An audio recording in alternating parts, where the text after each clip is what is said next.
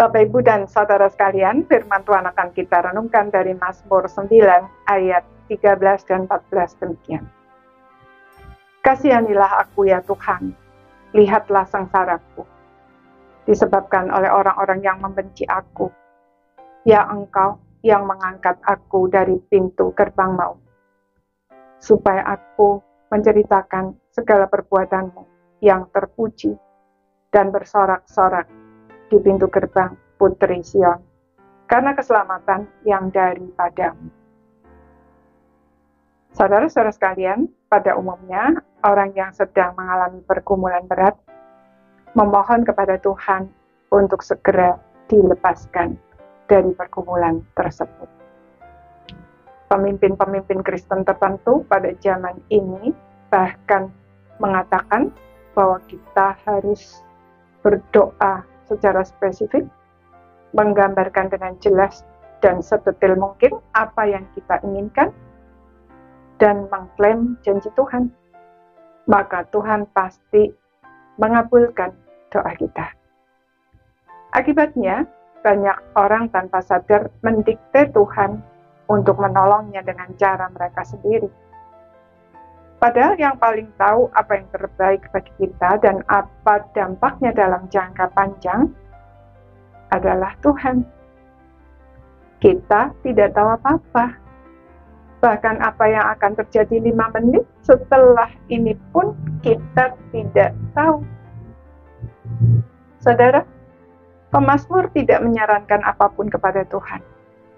Dia hanya minta Tuhan berbelas kasihan kepadanya. Sepertinya pemazmur berkata, terserah Tuhan mau menolongnya dengan cara apa.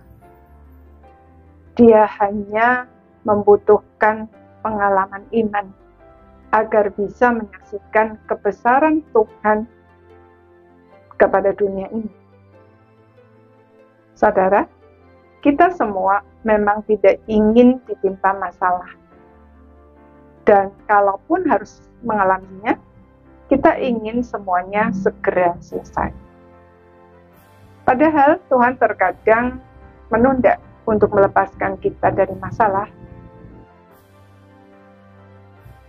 Karena ada hal-hal penting yang perlu kita pelajari, supaya dia bisa mentransformasi hidup kita menjadi semakin indah.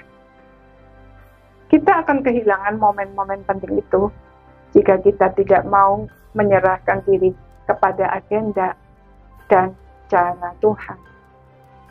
Karena itu, jika saat ini kita sedang mengalami banyak persoalan, sakit yang tidak kunjung sembuh, kondisi ekonomi yang buruk, dan lain sebagainya, mari kita tidak fokus kepada masalah yang sedang kita hadapi itu, tetapi fokus kepada Tuhan yang Maha Tahu dan rancangannya sempurna.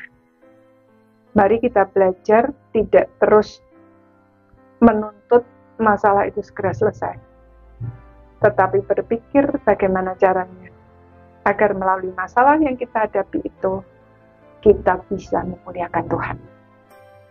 Jika itu yang kita lakukan, maka hidup kita pasti luar biasa. Amin.